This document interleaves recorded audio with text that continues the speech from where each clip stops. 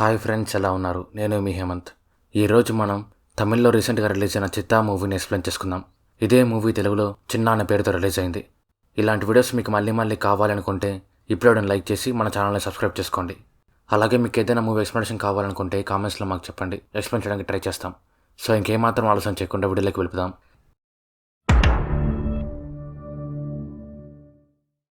స్టోరీలోకి వెళ్లే ముందు ఈ మూవీలో ఉండే మెయిన్ క్యారెక్టర్స్ గురించి తెలుసుకుందాం.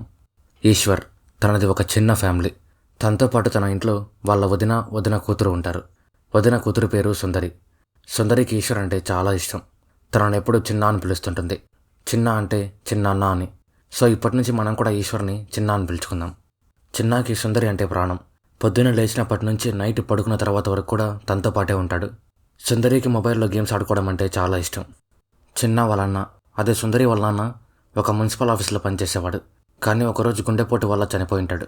దానికి చిన్న వాళ్ళ అన్నకి దగ్గరగా ఉండాలి అని మున్సిపల్ ఆఫీస్లో జాబ్ తెచ్చుకొని వాళ్ళన్న పనిచేసిన ఆఫీస్లో వాళ్ళన్న కూర్చున్న చోటే కూర్చొని పనిచేస్తుంటాడు.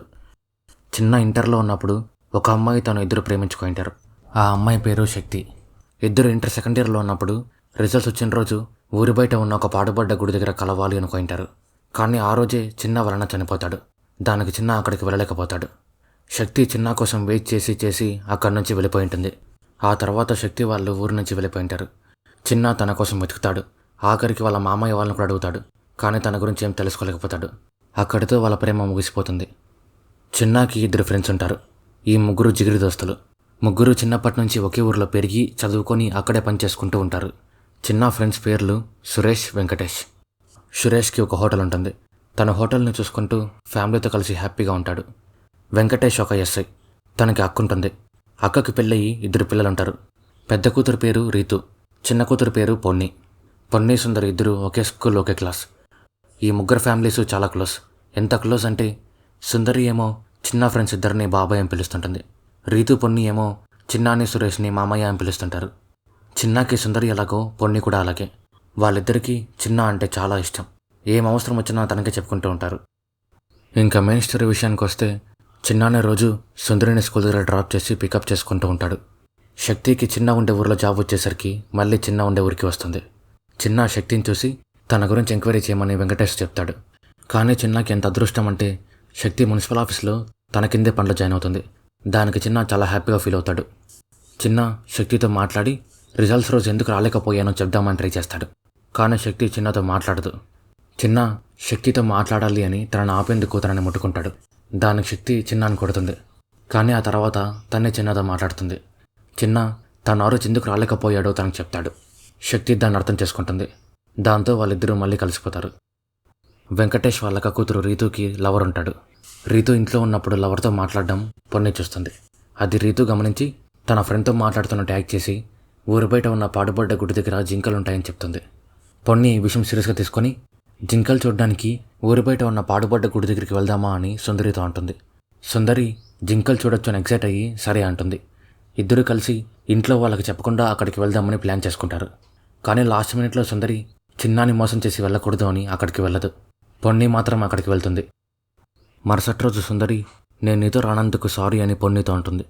కానీ పొన్ని ఎందుకో నీరసంగా ఉంటుంది. నడచడం కూడా సరిగ్గా నడచలేకపోతుంటుంది. స్కూల్ అయిన తర్వాత చిన్న సుందరిని పిలుచుకొని వెళ్దామని స్కూల్ దగ్గరికి వస్తాడు. అప్పుడు సుందరి చిన్నతో పొన్ని నాతో మాట్లాడడం లేదు అని చాలా బాధపడుతుంది. చిన్న పొన్ని నీరసంగా ఉండడం గమనించి రా ఇంటి దగ్గర డ్రాప్ చేస్తా అంటాడు. పొన్ని ఫస్ట్ దానికి ఒప్పుకోదు. కానీ తర్వాత ఒప్పుకుంటుంది. చిన్న పొన్నితో మాట్లాడి ఏం జరిగిందో తెలుసుకోవాలి అని సుందరిని స్కూల్ గేట్ దగ్గర ఉండమని చెప్పి పొన్నితో కలిసి ఒంటరిగా బయలుదేరతాడు. దారిలో వెళ్తున్నంతసేపు పొన్ని సైలెంట్గానే ఉంటుంది. చిన్న పొన్నితో మాట్లాడాలి అని ఇంటికి కొంచెం దూరంలో బైక్ ఆపుతాడు. చిన్న పొన్నితో మాట్లాడేందుకు ట్రై చేస్తుంటే పొన్ని చాలా భయపడుతుంది. చిన్న తనకు ధైర్యం చెప్పాలి అని తనని హక్ చేసుకునేందుకు ట్రై చేస్తాడు. పొన్ని భయంతో ఏడుస్తూ ఇంటికి పారిపోతుంది. చిన్న పొన్ని గురించి వెంకటేష్కి చెప్పాలి అని ఫోన్ చేస్తాడు. కానీ వెంకటేష్ బిజీగా ఉండేసరికి మళ్ళీ ఫోన్ చేయని చెప్పి చిన్న ఫోన్ పెట్టేస్తాడు. చిన్న పొన్నిని మాట్లాడేందుకు ట్రై చేయడం, తను ఏడుస్తూ ఇంటికి పారిపోవడం ఎవరో వీడియో తీసింటారు. పొన్ని ఇంట్లో కళ్ళు తిరిగి పడిపోయేసరికి ఇంట్లో వాళ్ళు తనని హాస్పిటల్ జాయిన్ చేస్తారు. అప్పుడే పొన్ని వాళ్ళ నాన్నకి ఆ వీడియో గురించి తెలుస్తుంది. అందుకు తను చిన్నాని పట్టుకొని గుడ్డలిపి మరీ కొడతాడు. చిన్న వాళ్ళ వదిన చిన్న ఈ పని చేసినాడు, కావాలంటే పొన్నిని అడగండి అని పొన్ని వాళ్ళ నాన్నతో అంటుంది. దానికి పొన్ని వాళ్ళ నాన్న తన భయంతో ఏం మాట్లాడడం లేదు. అయినా అంత చిన్న పాపని వీడు ఎలా రేప్ చేశాడు అని చిన్నాని చంపేద్దామని వెళ్తాడు. కానీ అక్కడుండి అందరూ తనని ఆపుతారు. పోక్సో యాక్ట్ కింద చిన్న మీద కేసు ఫైల్ అవుతుంది. దాంతో పోలీసులు తనను అరెస్ట్ చేస్తారు. వాళ్ళ ఇంటి పరువు పోకూడదు అని వెంకటేష్ చిన్న మీద కేసు పెట్టాడు. దాంతో చిన్న జైలు నుంచి బయటికి వచ్చేస్తాడు. చిన్న నేను ఈ పని చేయలేదు అని వెంకటేష్కి చెప్పేందుకు ట్రై చేస్తాడు. కానీ వెంకటేష్ మాత్రం సుందరిని స్కూల్ దగ్గరే వదిలేసి ఒంటరిగా పొన్నితో పాటు ఎందుకు వెళ్ళావని అడుగుతాడు. దానికి చిన్న దగ్గర ఎలాంటి ఆన్సర్ ఉండదు. దానికి వెంకటేష్ ఇలా ఎందుకు చేశావంటూ చిన్నాని కొడతాడు. చిన్నాని అందరూ దూరం పెట్టేస్తారు. శక్తి కూడా సుందరిని ఎందుకని స్కూల్ దగ్గరే వదిలేశావని చిన్నాతో ఉంటుంది. దానికి చిన్న శక్తి మీద కోప్పడి తనతో మాట్లాడడం మానేస్తాడు. చిన్న వాళ్ళ వదిన కూడా సుందరిని చిన్న దగ్గరికి అసలు పంపించదు. దానికి చిన్న చాలా బాధపడతాడు. చిన్న వాళ్ళ వదిన సుందరితో మాట్లాడుతూ తన కొన్ని ప్లేసులు చూపించి ఇక్కడ ఎవరిని ముట్టుకొనివ్వద్దు, ఎవరైనా ముట్టుకుంటే నాకు వచ్చి చెప్పాలి, ఆఖరికి చిన్న ముట్టుకున్నా సరే నాతో వచ్చి చెప్పాలి అంటుంది. వాళ్ళ వదిన అలా చెప్పడం చిన్న విని బాధపడుతూ బయటికి వెళ్ళిపోతాడు. చిన్న వాళ్ళ వదిన చిన్నాను వెతుక్కుంటూ వెనకాలే వెళ్తుంది. తన వెనకాలే సుందరి కూడా వెళ్ళి ఎటు వెళ్ళాలో తెలియక దారి తప్పిపోతుంది. పొన్ని మాట్లాడి ఇదంతా చేసింది చిన్న కాదు అని చెప్తుంది. దానికి వెంకటేష్ చిన్న దగ్గరికి వచ్చి తనకి సారీ చెప్తాడు. చిన్న కూడా ఏం పర్లేదు మామ అంటూ తనతో కలిసిపోతాడు.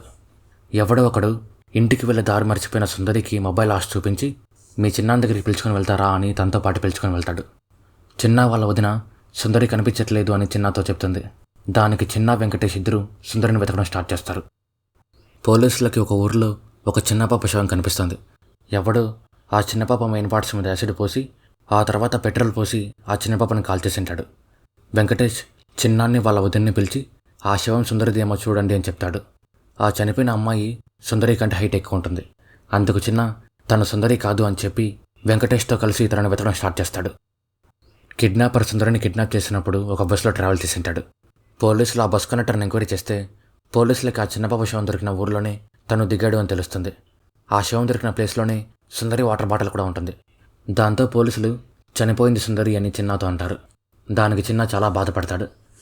డాక్టర్ పోస్ట్మార్టం చేసి చనిపోయింది 11 సంవత్సరాల పాప అని చెప్తాడు. సుందరికి 8 సంవత్సరాలు. దాంతో అందరికీ చనిపోయింది సుందరి కాదు అని తెలుస్తుంది. సుందరి వాటర్ బాటిల్లో పెట్రోల్ స్మెల్ వస్తుంటుంది. అందుకు పోలీసులు ఆ చిన్న పాప శవం దొరికిన చోటుకి దగ్గరలో ఉండే పెట్రోల్ బంకులకు వెళ్ళి అక్కడుండే సీసీటీవీ ఫోటోస్ని చెక్ చేస్తారు.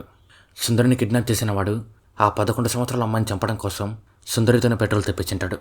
ఆ ఫొటోస్ని పోలీసులు చిన్న చూసి వాడికి ఇంకో అమ్మాయి దొరికేంత వరకు ఇప్పుడు వాడి దగ్గర ఉండే అమ్మాయిని ఏమీ చేయడు అని తెలుసుకుంటారు. ఎలా అంటే సుందరి వాడికి దొరికిన తర్వాతే ఆ 11 సంవత్సరాల అమ్మాయిని పెట్రోల్ పోసి కాల్చేసింటాడు. పోలీసులు వాడిని ఎలాగైనా పట్టుకోవాలి అని ఎంక్వైరీ స్టార్ట్ చేస్తారు. చిన్న సుందరికి ఏమేమి ఇష్టమో పోలీసులకు చెప్తాడు. పోలీసులు ప్రతి షాప్కి వెళ్ళి పలానా వస్తువులు తన కూతురికి ఇష్టమని చెప్పి ఎవరైనా ఆ వస్తువులు కొన్నారని అడుగుతారు. స్వీట్స్ని బండి మీద అమ్మే ఒకతను నా దగ్గరికి వచ్చి తన కూతురికి ఇష్టమని చెప్పి దిల్పసంద్ కొనుక్కున్నాడు అని చెప్తాడు. పోలీసులందరికీ ఈ విషయం చెప్పి దిల్పసంద్ కొనుక్కోవడానికి ఎవరైనా వస్తే మాకు చెప్పండి అంటారు. అలాగే కిడ్నాపర్కి స్వీట్స్ అమ్మిన అతన్ని పిలుచుకొని వెళ్ళి కిడ్నాపర్ ఎక్కడైతే స్వీట్స్ కొన్నాడో అక్కడే వాడి కోసం వెయిట్ చేయడం స్టార్ట్ చేస్తారు. కిడ్నాపర్ మాత్రం ఇదేమీ తెలుసుకోకుండా ఊర్లో ఫ్రీగా తిరుగుతుంటాడు. వాడు సుందరిని బాగా భయపెట్టి రోజు రేప్ చేస్తూ తనని చిత్రహింసలు పెడుతుంటాడు. సుందరి భయంతో చిన్నాన్ని కలరిస్తూనే ఉంటుంది.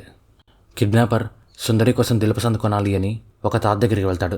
ఆ తాత వాడిని పట్టుకొని పోలీసులను పిలిచేందుకు ట్రై చేస్తాడు. కానీ ఆ కిడ్నాపర్ ఆ తాత దగ్గర నుంచి తప్పించుకొని పారిపోతాడు. తాత పోలీసులకి విషయం చెప్తాడు.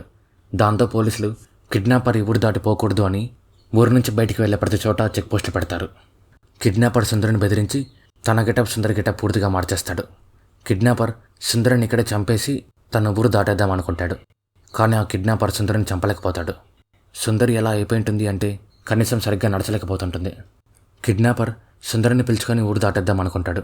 కానీ పోలీసులు అన్ని వెహికల్స్ని చెక్ చేస్తుంటే తను సుందరిని అక్కడే వదిలేసి తను తప్పించుకుంటాడు.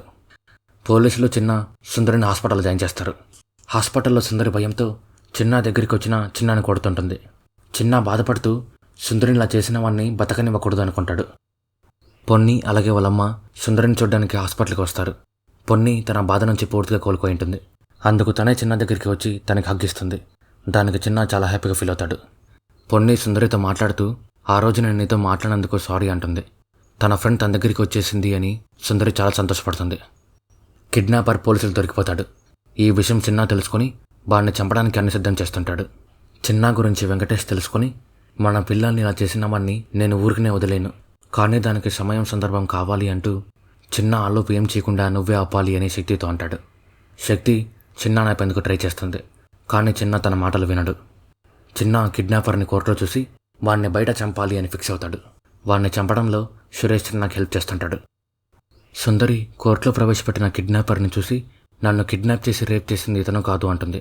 పొన్ని మాత్రం నన్ను రేప్ చేసింది ఇతనే అంటుంది. అప్పుడు అందరికీ పొన్నిని రేప్ చేసింది, సుందరిని రేప్ చేసింది వేరే వేరే వ్యక్తులు అని తెలుస్తుంది.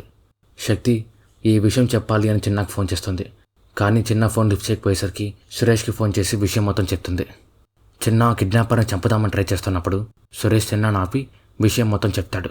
దానికి చిన్న వీడు ఎవడైతే మనకేమి, చిన్న పాపని ఇలా చేసే వాడిని బతకనివ్వకూడదు అని చెప్పి పొన్ని కోసం వాడిని చంపేస్తాడు.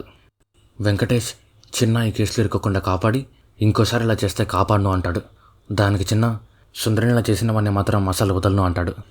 శక్తి చిన్నతో మాట్లాడుతూ ఒక అమ్మాయి బయటికి వెళ్ళి ఇంటికి వచ్చేలోపు ఎంతమంది ఎన్ని రకాలుగా చూస్తారో నీకు తెలుసా అంటూ అసలు ఇంటర్ సెకండ్ ఇయర్ రిజల్ట్స్ రోజు ఏం జరిగిందో తనకు చెప్తుంది. శక్తి రిజల్ట్స్ వచ్చిన తర్వాత ఊరు బయట ఉన్న పాడుపడ్డ గుడి దగ్గర చిన్న కోసం వెయిట్ చేస్తుంటుంది. అప్పుడే వాళ్ళ మామయ్య ఆ గుడి దగ్గరికి వస్తాడు. శక్తి తనని చూసి తనకు కనిపించకూడదు అని గుడి వెనక్కి వెళ్ళి దాక్కుంటుంది. శక్తి చిన్న కోసమే ఇక్కడికి వచ్చిందనే విషయం వాళ్ళ మామయ్యకి తెలుసు. తను శక్తిని చూసి గుడి వెనకున్న పొదల్లోకి తనను లాక్కొని వెళ్ళి రేప్ చేస్తాడు. శక్తి ప్లీజ్ మామయ్య నన్ను ఏమీ చేయొద్దు అని బాధపడుతుంది. కానీ వాళ్ళ మామయ్య మాత్రం తనని వదలకుండా రేప్ చేస్తాడు. అందుకే శక్తి చిన్న తనని ముట్టుకున్నప్పుడు తనని కొట్టింటుంది. ఇదంతా జరిగిన తర్వాత కూడా మా మామయ్య మా ఇంటికి బాగానే వచ్చేవాడు, కానీ నేను మాత్రం ఏదో తప్పు చేసినట్టు తన కనిపించకుండా దాక్కునే దాన్ని అని చిన్నతో అంటుంది. చిన్న శక్తితో వాడెక్కడుంటాడో చెప్పు అంటాడు. దానికి శక్తి నువ్వు ఇప్పుడు కూడా వాడిని చంపాలనుకుంటున్నావు తప్ప నేను దాని నుంచి ఎలా బయటపడ్డానో తెలుసుకోవాలనుకోవట్లేదు అని చిన్న మీద కోపడి వాడు చచ్చిపోయి చాలా సంవత్సరాలైంది అంటుంది. హాస్పిటల్లో సుందరి స్వామి చిన్న నా దగ్గరికి పంపించు అని చిన్నాను కలవరిస్తుంటుంది. చిన్న సుందరి భయం పోగొట్టాలి అని తనతో పాటే పడుకుంటాడు. కొన్ని రోజులకి సుందరి కూడా పూర్తిగా కోలుకుంటుంది. ఒక ఊరిలో 48 సంవత్సరాలుండే ఒకరిని ఎవరో పెట్రోల్ పోసి కాల్చేసింటారు.